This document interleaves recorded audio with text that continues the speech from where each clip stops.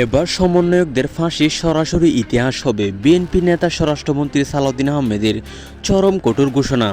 এদের ফাঁসি হয়ে যাবে ইতিহাসের পাতায়। বাংলাদেশ সরকারের স্বরাষ্ট্র প্রতিমন্ত্রী বিএনপির স্থায়ী কমিটির প্রভাবশালী সদস্য সালাউদ্দিন আহমেদ আজ একটি অত্যন্ত চাঞ্চল্যকর ও কঠোর বক্তব্য দিয়ে রাজনৈতিক অঙ্গনে ব্যাপক তোলপাড় সৃষ্টি করেছেন। তিনি সরাসরি বলেছেন, সমন্বয়কদের ফাঁসি সরাসরি ইতিহাস হবে। এদের বিচার হবে দ্রুত, শাস্তি হবে ফাঁসি, এবং এই ফাঁসি দ্রুত কার্যকর হবে এবং এই ফাঁসি ইতিহাসের পাতায় লেখা থাকবে, যাতে ভবিষ্যতে কেউ দেশের শান্তি নষ্ট করার সাহস না পায়।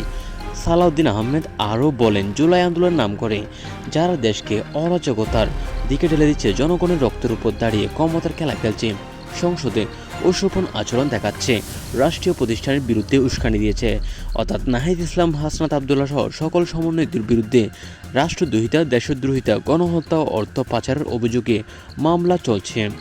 বিচার প্রক্রিয়া দ্রুত শেষ করে যাদের ফাঁসির যোগ্যতা পাওয়া যাবে তাদের ফাঁসিতে ঝুলানো হবে।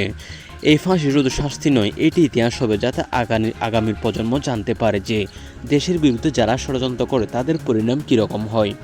আর কোনো ছাড় নয়, কোনো দয়া নয়। তাই এই ফাঁসি ইতিহাস হবে ঘোষণা রাজনৈতিক মহলে, সামাজিক যোগাযোগ মাধ্যম এবং সাধারণ মানুষের মধ্যে তীব্র আলোড়ন সৃষ্টি করেছে। স্বরাষ্ট্রমন্ত্রীর মুখ থেকে সরাসরি ফাঁসির মতো চরম শাস্তির কথা ইতিহাস বলে দেশের রাজনৈতিক ইতিহাসে বিরল।